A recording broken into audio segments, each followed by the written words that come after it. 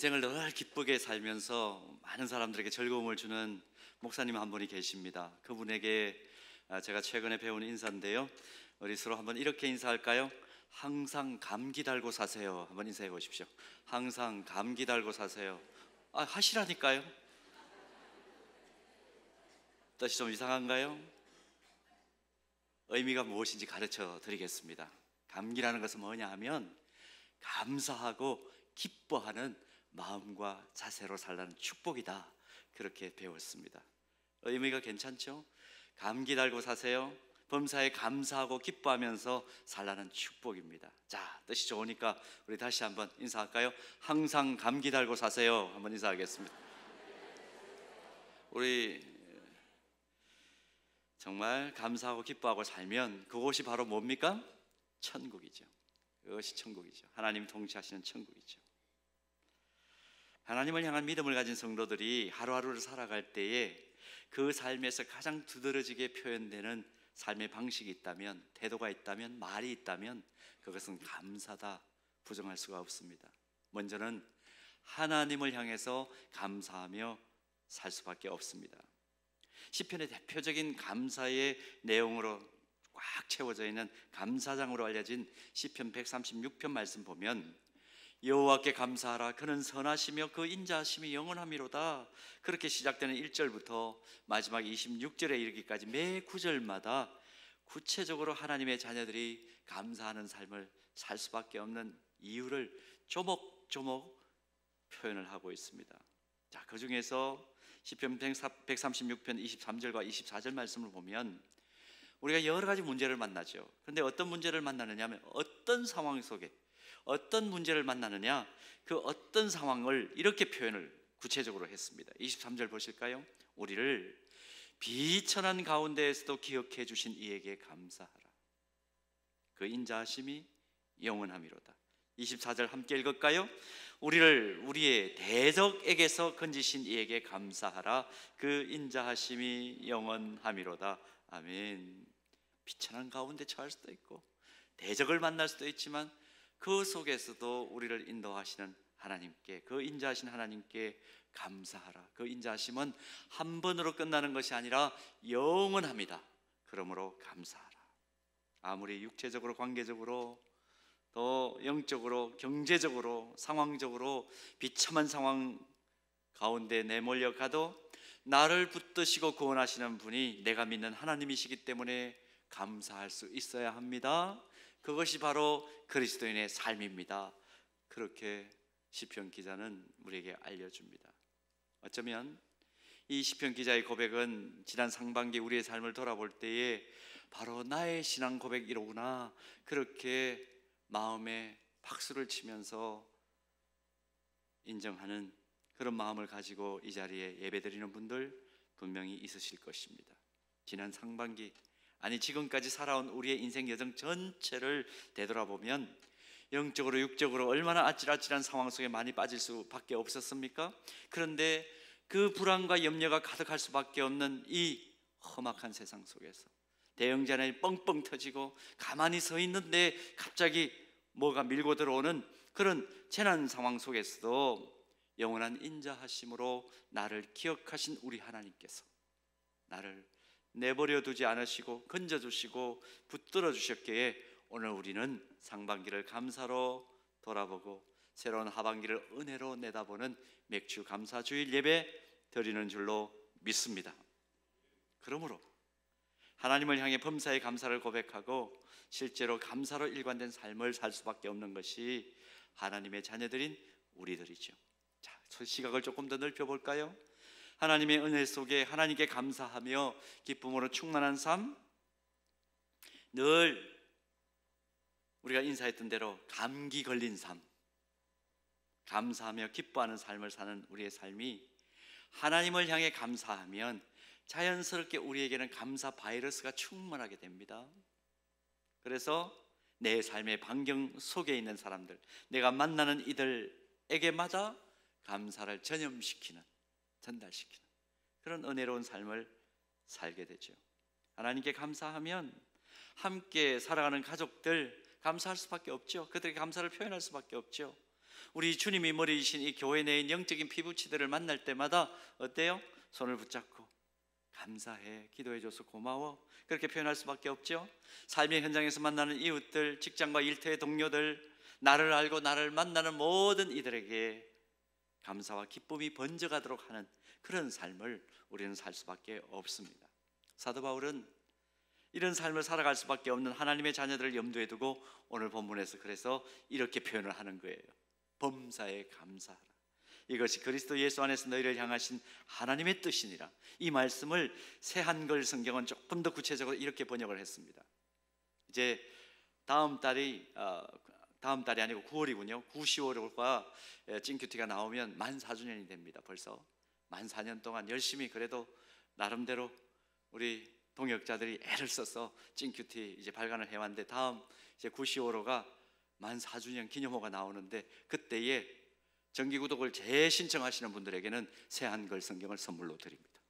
자, 새 한글 성경에 뭐라고 번역되어 있는지 보세요. 모든 일에 감사하십시오.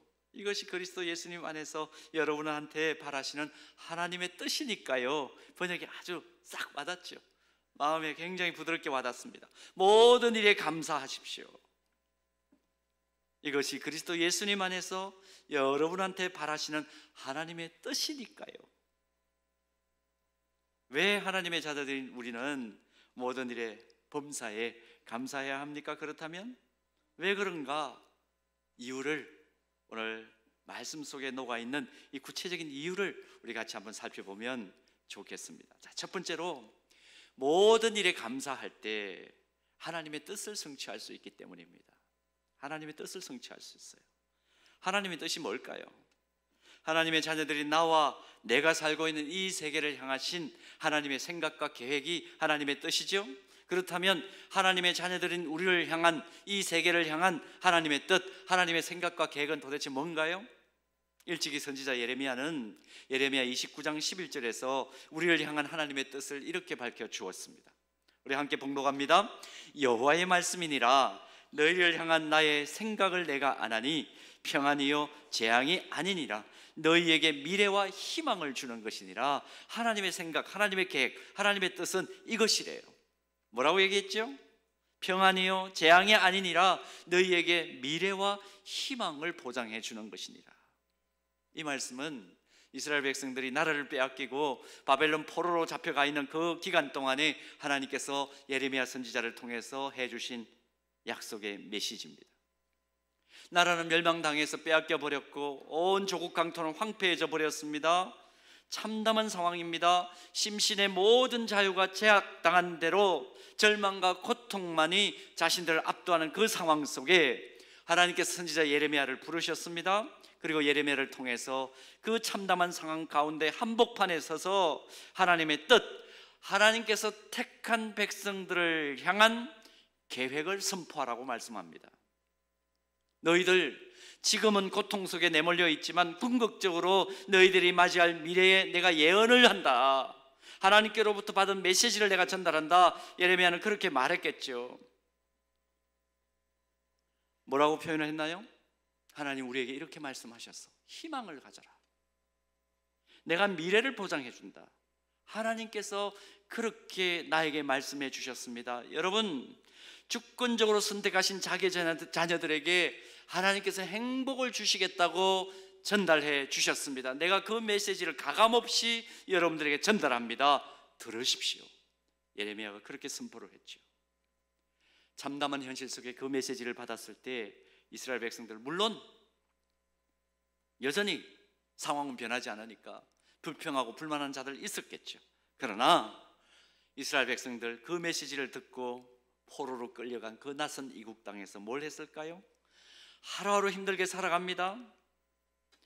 버티고 연명하는 삶을 삽니다. 그러나 이스라엘 백성들 그 메시지를 마음판에 새기면서 살아가기를 시작합니다. 이 희망의 메시지를 내가 꼭 기억하리라. 하나님께서 하나님의 선지자를 통해서 나에게 전달해 주셨으니 나 이거 붙들고 살아갈 거야. 날마다 새 힘을 얻게 하는 원동력으로 그 메시지는 작동을 했습니다. 자, 그런데 중요한 것은 시간이 흘렀습니다. 이 희망의 메시지가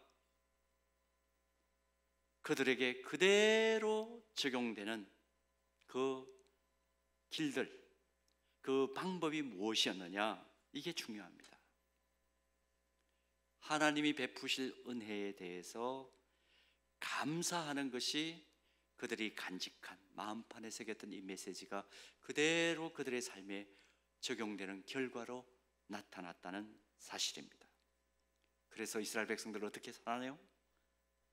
포로로 끌려가기 전에 고국에서 그들이 행했던 일들을 이국 땅에서도, 그 힘든 낯선 땅에서도, 포로로 끌려가가지고 심신의 제약을 받는 그 상황 속에서도 그들은 고국에서 했던 일들, 다시 그 자리에서 디아스포라들이 모여가지고 하는 일들이 있었습니다. 무엇이었을까요? 무교절이라고도 불리는 유월절을 지킵니다. 그 가운데 하나님께 감사해요.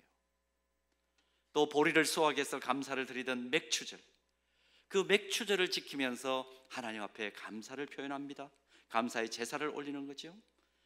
또 추수의 마지막 시기에 여러 작물을 수확하게 하신 하나님 앞에 감사하는 추수감사절, 수장절이라고 합니다. 이 3대 절기를 기억하고 포로로 끌려갔던 그 이방 나라에서도 하나님의 계획하심에 대해서 계속해서 감사하며 감사 제사를 올려드리는 그 일을 반복합니다. 몇 년 동안? 40년 동안. 잊어버리지 않고.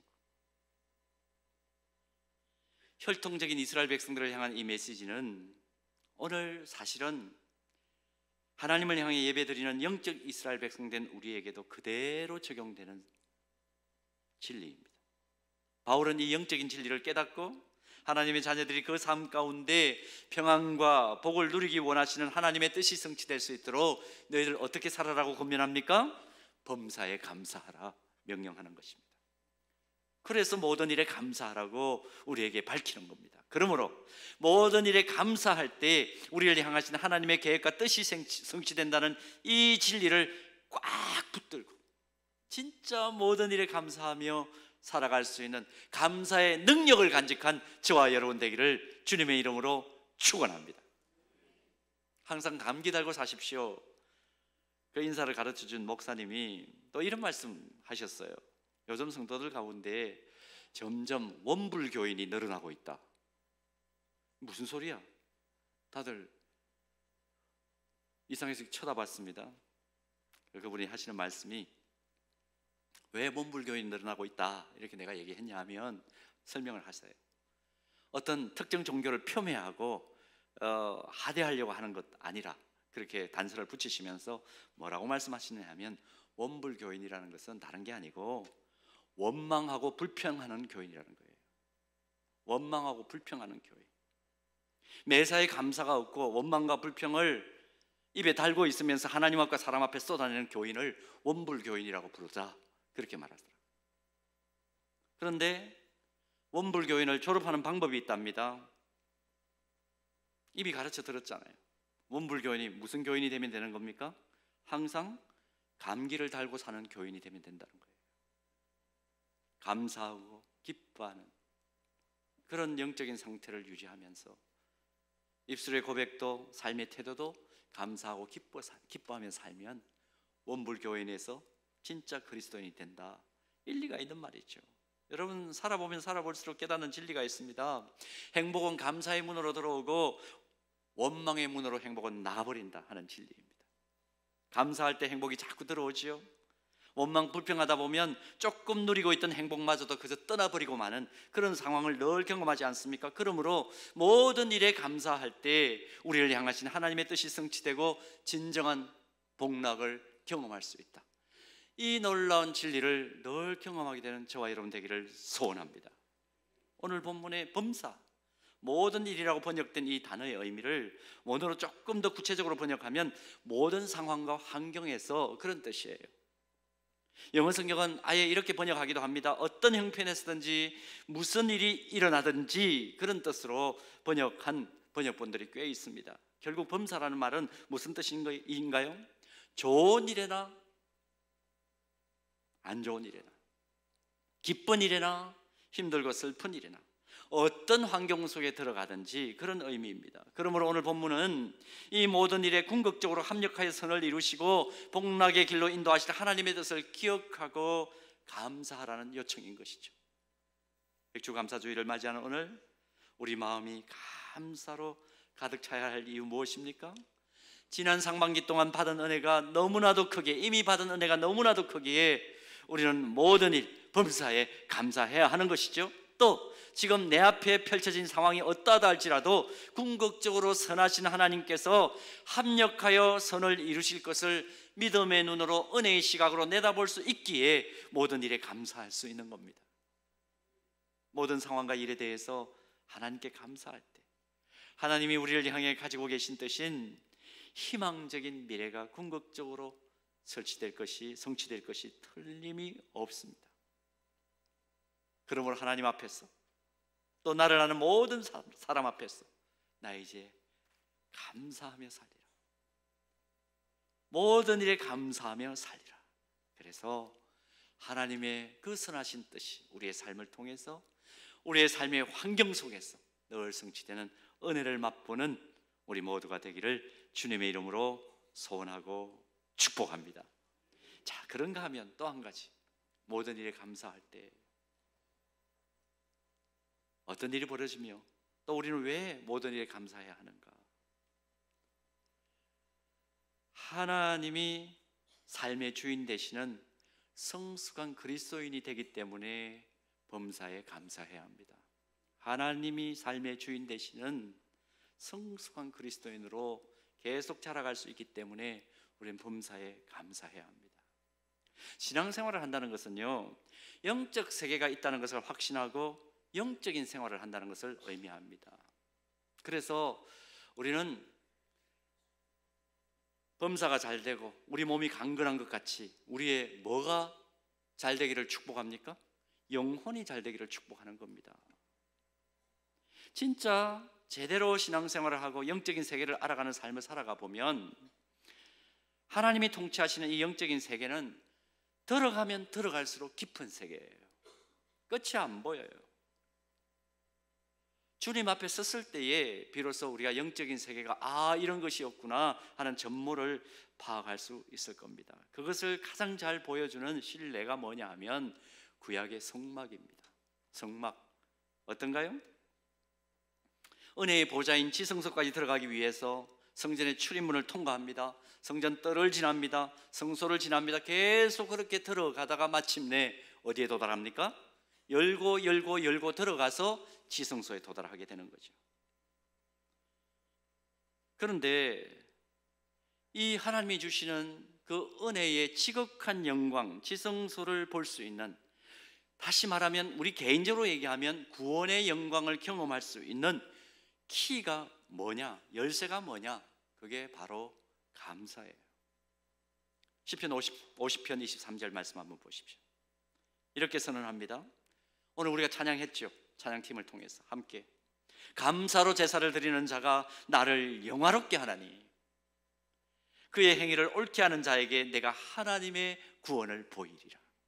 감사하는 자만이 하나님의 영광을 본다. 우리 개인적으로 구원의 영광을 경험한다. 그런 의미입니다. 감사의 가치가 이토록 중요하니까 그 사실을 깨달은 이사야 선지자도 이사야 12장 4절에서 이렇게 선언합니다. 다 같이 봉독합니다. 그날에 너희가 또 말하기를 여호와께 감사하라. 그의 이름을 부르며 그의 행하심을 만국 중에 선포하며 그의 이름이 높다 하라. 평생을 예배당 다닙니다. 그런데 예배당 마당만 밟고 맹성맹성하게 무덤덤하게 주일 예배만 왔다 갔다 하는 신앙이 아니라 만복의 근원이신 하나님께서 은혜의 지성소에서 흘려보내주시는 그 복락의 강수를 넘치도록 경험하는 길, 다른 데 있지 않습니다. 무엇입니까? 하나님을 향해서 하나님께서 허락하신 또 환경 안에서 감사의 시각을 가지고 감사하는 인생을 사는 것입니다. 실제로 인생의 모든 것에 감사할 줄 아는 신앙생활을 하면 그때 하나님이 나의 주인 되시는 삶에 가장 가까운 차원의 삶으로까지 성장하는 거예요. 감사하는 신앙생활을 한다는 것은 어떤 상황에도 하나님이 나와 늘 동행하신다는 것을 믿는 믿음을 가졌다는 의미죠. 좋으신 하나님께서 이런 상황에서도 나와 함께 하셔. 그러므로 나는 감사의 고백을 하나님 앞에 드려야 돼.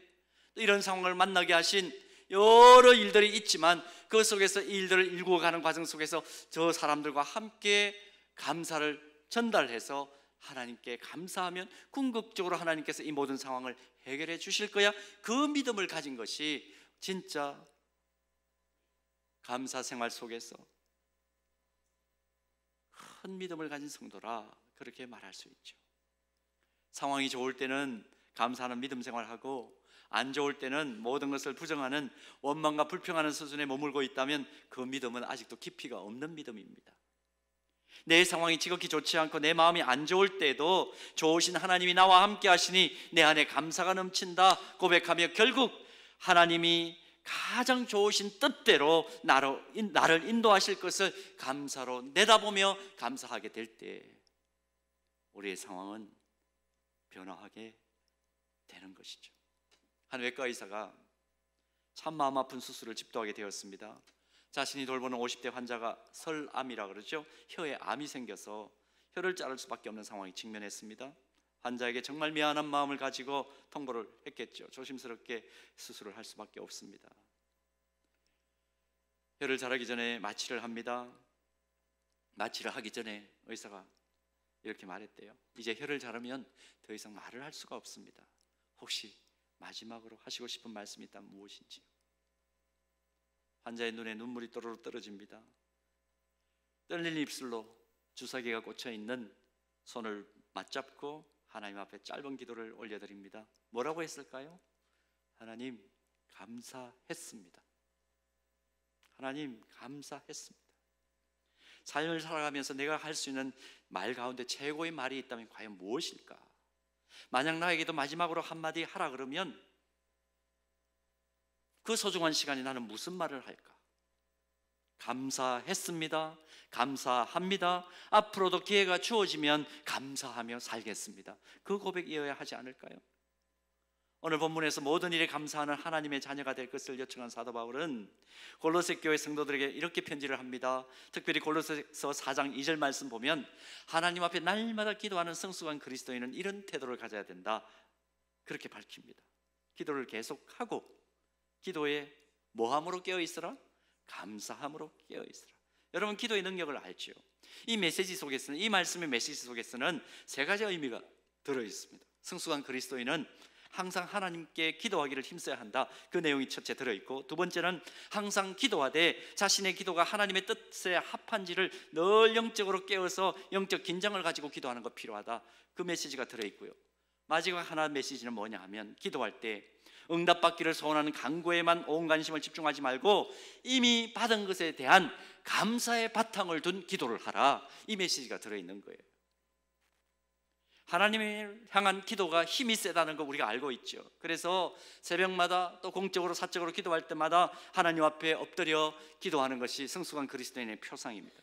그렇다면 하나님 앞에 늘 기도와 간구의 제목을 가지고 기도하되 하나님의 뜻을 분별하는 영적 깨어있음을 가지고 기도하는 것이 굉장히 중요하다, 우리 그거 알고 있죠. 여러분, 그런데 이건 결국 뭘 의미하는 거냐 하면 아직 응답되지 못한 안타까움을 뛰어넘어서 이미 기도한 것에 대해서 응답해 주신 것에 대한 감사의 토대 위에서 기도하는 거, 그게 진짜 기도하는 사람이라는 겁니다. 감사는 보이는 것에 좌우되는 현상적인 세계 속에서 보이지 않는 세계를 볼 수 있게 하는 힘이에요. 능력이에요. 그러므로 지금 내 눈에 보이지 않고 내 손에 잡힌 것이 없는 것, 그것 가지고 절망하거나 짜증내지 않고 불평하지 않고 이미 하나님께서 허락하신 것에 감사하는 성숙한 그리스도인으로 우리가 살아가면 우리의 영 안이 열립니다. 활짝 열립니다. 열리면서 보이지 않는 영적 세계를 보면서 앞으로 어떤 일들이 벌어지게 될 것인지, 하나님이 이런 분이시기 때문에 이 일은 이렇게 가겠구나 하는 것을 감사로 내다보는 안목이 열리는 거예요. 그러니 어때요? 누구를 만나든지 짜증내지 않는 거죠. 지금 성취되지 않았다고 불평하기보다는 이미 성취된 일들에 대해 감사하고 내 삶과 상황에 남겨진 것에 대해 감사를 할 줄 아는 성숙한 하나님의 자녀로 그렇게 살 때에 궁극적으로 좋으신 하나님께서 나를 이렇게 인도하실 거야, 이것은 하나님의 뜻이기 때문에 하나님께서 이렇게 하실 수밖에 없어, 그 확신이 드니까 어때요? 감사하는 거죠. 감사할 수밖에 없는 거죠. 다시 한번 상기하십시오. 행복은 감사의 문으로 들어와서 원망의 문으로 사라져 나가버립니다. 감사하면 하나님이 주시는 복이 자꾸 들어올 수밖에 없습니다. 원망하고 불평하면 이미 받았던 복도 다 사라져버린다는 의미입니다. 그러므로 삶 속에서 진짜 지복을 누릴 수 있는 관건은 감사하는 생각과 말과 태도다. 범사에 감사하라. 지금 우리 가정을 마음속에 한번 떠올려 보십시오. 부모님들이 자꾸 원망하고 화내는 모습을 보이는 가정에서 우리 자녀들이 평안을 누리고 천국을 경험할 리가 없습니다. 거꾸로죠. 또 거꾸로도 마찬가지입니다. 우리 자녀들이 부모님에 대해서 퉁퉁거리고 원망하고 불평하는 그런 상황 속에서 부모님들이 마음의 평안을 누릴 리가 없습니다. 그나마 누릴 수 있는 복도 다 달아나겠죠. 오히려 가족들 서로가 무능하고 무기력하게 될 수밖에 없습니다. 교회도 마찬가지입니다. 우리 교회는 왜 이것밖에 안 돼가 아니라 교회가 이것도 하네. 말을 바꾸면, 생각을 바꾸면, 시각을 바꾸면 더 복된 교회로 성숙하고 성장할 수가 있는 거죠. 어느 여집사님 이야기입니다. 감사함으로 깨어 기도하는 것이 중요하다는 사실을 마음에 담고 집안에서 부엌일을 하면서 이렇게 한대요. 국에 소금을 치면서 얘기합니다. 감사합니다. 세상에 소금이 되게 하옵소서. 그렇게 기도한대요. 설탕 사용하면서 하나님 감사합니다. 달디단 하나님의 말씀을 사모하는 영을 허락해 주옵소서. 자, 깨소금을 뿌리면서는 뭐라고 감사할까요? 그리스도의 진한 고소한 향기를 전하는 그런 삶이 되게 하옵소서. 그렇게 기도합니다. 가스레인지에 불을 올리면서 어떻게 감사하기도 할까요? 하나님 감사합니다. 날마다 성령의 불로 타오르는 그런 은혜 충만한 삶을 살게 하옵소서. 우리 가정 되게 하옵소서. 밥을 푸면서는 뭐라고 얘기할까요? 감사합니다 하나님. 육의 양식과 함께 영의 양식도 풍성하게 채워주옵소서. 영적으로 이렇게 예민하면 얼마나 좋을까요? 국이나 반찬을 그릇에 담으면서 뭐라고 할까요? 주님 감사합니다. 저도 주의 잔치상에 귀한 그릇으로 쓰임받게 하옵소서. 김치를 담으면서 뭐라고 얘기할까요? 감사합니다 주님. 배추가 절여져서 완전히 죽어버리는 것처럼 저도 말씀 앞에서 확실히 죽는 은혜를 주옵소서. 그렇게 기도한대요. 식사 마치고 설거지하면서 기도합니다. 감사합니다 주님. 저 안에 있는 모든 이 죄악들, 죄성 깨끗하게 씻어 주옵소서. 일상에 일어나는 일들을 이런 시각으로 본다면 정말 만 가지 감사를 할 수밖에 없는 것이죠. 생각을 정돈해 보면 감사할 줄 모르는 삶, 감사할 줄 모르는 사람들과 함께 어울려 산다는 것은 그 자체가 치명적인 형벌입니다. 지옥의 문표에 뭐가 달려 있을까? 단테의 말을 조금 변형해서 얘기하면 이렇게 표현할 수 있을 것 같아요. 이 문에 들어가는 자 감사를 잊어버려라. 원래 원어는 이 문에 들어가는 자 희망을 잃어버려라. 그게 단테의 신곡에 나오는 지옥의 문에 있는 문패예요. 근데 제가 가만히 묵상을 해보니까 이제는 이 문패를 바꿔야 되겠다. 지옥에 들어가는 자 감사를 잊어버려라. 감사를 잊어버린다는 것은 지옥을 사는 것입니다. 오늘 본문 데살로니가 전서 5장 18절 우리에게 권면합니다. 지난 상반기를 감사로 돌아보고 은혜로 하나님께서 또 하반기를 이끌어 가실 것을 내다보는 이 맥주 감사주일, 뭘 결단해야 될까? 우리 함께 다시 한번 이 말씀 봉독합니다. 다 같이요. 범사에 감사하라. 이것이 그리스도 예수 안에서 너희를 향하신 하나님의 뜻이니라. 아멘. 옆에 분들에게 인사할까요? 결단을 표현합시다. 모든 일에 감사하며 살겠습니다. 그렇게 인사합시다.